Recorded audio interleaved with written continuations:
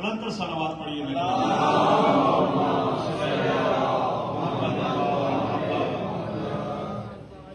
قاضی صاحبان ہماری دعائیں ہوتی ہے کہ یا اللہ ہماری یہ دعا قبول فرما، یا اللہ ہماری یہ دعا قبول فرما، یا اللہ ہماری یہ دعا قبول فرما۔ میں خدا کی قسم، روضہ رسول کی قسم، روضہ حسین کی قسم، میری میں دعائیں کہہ رہا ہوں کہ میری دعا قبول نہ کرنا، کیوں نہ کرنا، کیوں نہ کرنا، شعر پیش کر رہا ہوں کہ ولا کا رنگ نہ آئے نظر اگر یا رب۔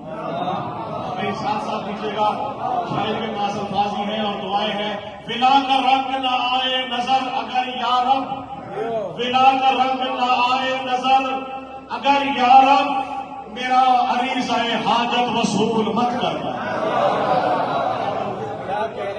میرا بڑی مسلم دعا دیکھیے گا، دعائیں ہر ایک مستجاب ہوتی ہیں، میری دعا کیا ہے؟ میرا عریضہ حاجت وصول مت کرنا، میرا عریضہ حاجت وصول مت کرنا، اور علی کا ذکر نہ ہو کر میری عبادت میں، تو میری کوئی عبادت قبول نہ کرنا۔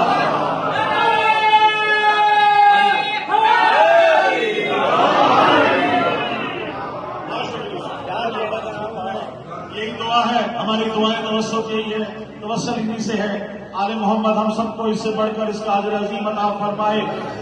پرچم عباس ہر گھر پہ موجود ہے، اس گھر پہ لگا ہوا ہے۔ پرچم کی شان دیکھیے گا، پرچم سے اوپر پنجہ بلند ہے۔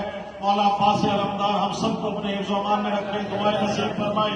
جو بیمار ہے خاص طور سے حاجی بھائی، آپ سب کے لیے مولا امام زمانہ اپنا کرم فرمائے۔ پرچم حق کے علمدار ہے غازی عباس، پرچم حق کے علمدار ہے غازی عباس، بھائی دوسرے حیدر کرار ہے غازی عباس،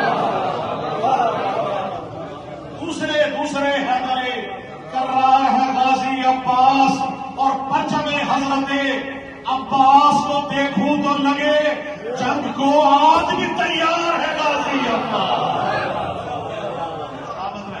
جنگ کو آج بھی تیار ہے غازی عباس۔